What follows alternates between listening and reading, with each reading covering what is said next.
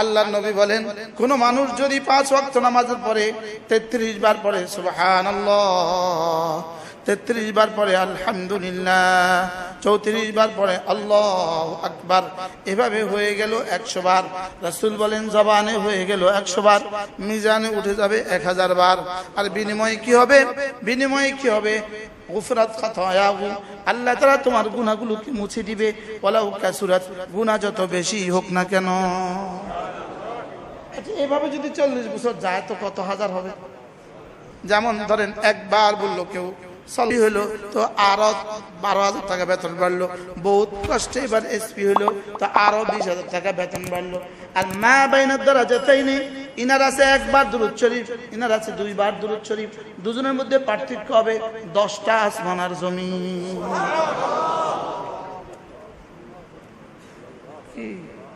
বলবেন হুজুর এগুলো কিচ্ছা কাহিনী না, শুধু চোখটা বন্ধ করে দেখেন তো দেখবেন আমার মধ্যে আর আমার ইমামের মধ্যে পার্থক্য কত। বুঝেন নাই কথা? শুধু চোখটা বন্ধ করে দেখলে দেখবেন সভাপতির মধ্যে আর মুয়াজ্জিন সাহেবের মধ্যে পার্থক্য কত।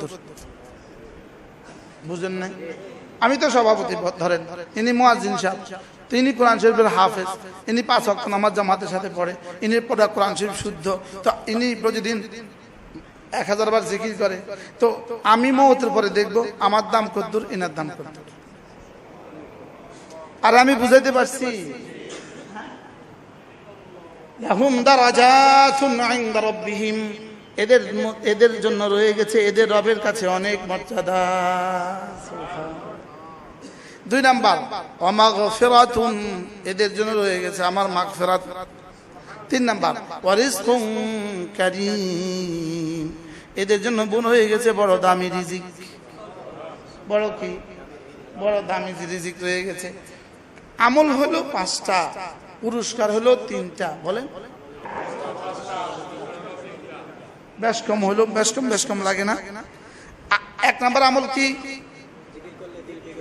জিকির হইলে দিল গলে, জিকির হইলে দিল গলে। 2 নাম্বার আমল কি? তেলাওয়াত হইলে ঈমান বাড়ে, তেলাওয়াত হইলে ঈমান বাড়ে। 3 নাম্বার আমল কি?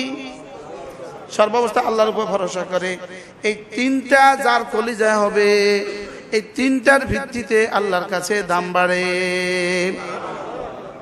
নামাজের ভিত্তিতে মাগফিরাত মিলে, আল্লাহ রাস্তায় দান করার ভিত্তিতে রিজকে কারীম মিলে।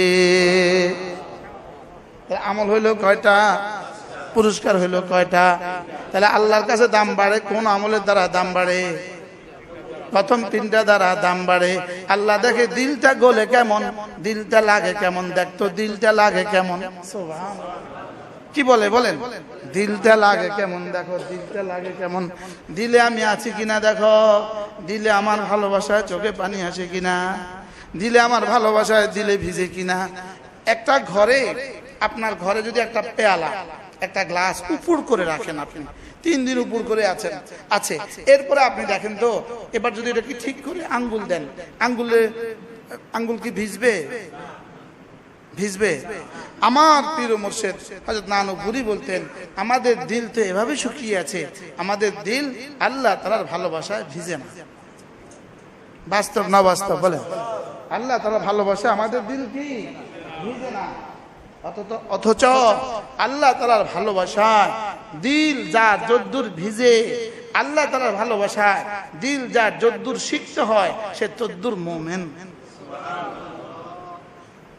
আল্লাহ আল্লাহ। এজন্য 5 ওয়াক্ত নামাজ পড়ে তাসবিহাত গুলোর পাবন্দি করা। আল্লাহ তো জানতেন আমরা ব্যস্ত হয়ে যাব, এতটা ব্যস্ত হব আমরা পারবো না, এজন্য রব তার রাসূলকে দিয়ে 5 ওয়াক্ত নামাজের পরে কিছু কিছু করাকে সুন্নত বানিয়ে দিয়েছেন। সুবহানাল্লাহ। আল্লাহর নবী বলেন কোন মাটা বাজে 7টা আওয়াজ একদম ক্ষীণ, এক নিঃশ্বাসে একবার শুদ্ধ করে, সুন্দর করে, শুদ্ধ সুন্দর। মুরব্বী যিনি আপনিও পড়েন, জওয়ান যিনি আপনিও পড়েন, আলেম যিনি আপনিও পড়েন, পরে ফস্তালে কি লাভ হইল? হাসরের ময়দানে আল্লাহ ওরা পড়ছিল আমি বইয়া রইছিলাম, আল্লাহ ওরা কোথায় আমি কোথায়? ঘড়ি ধরছেন? কয়টা বাজে?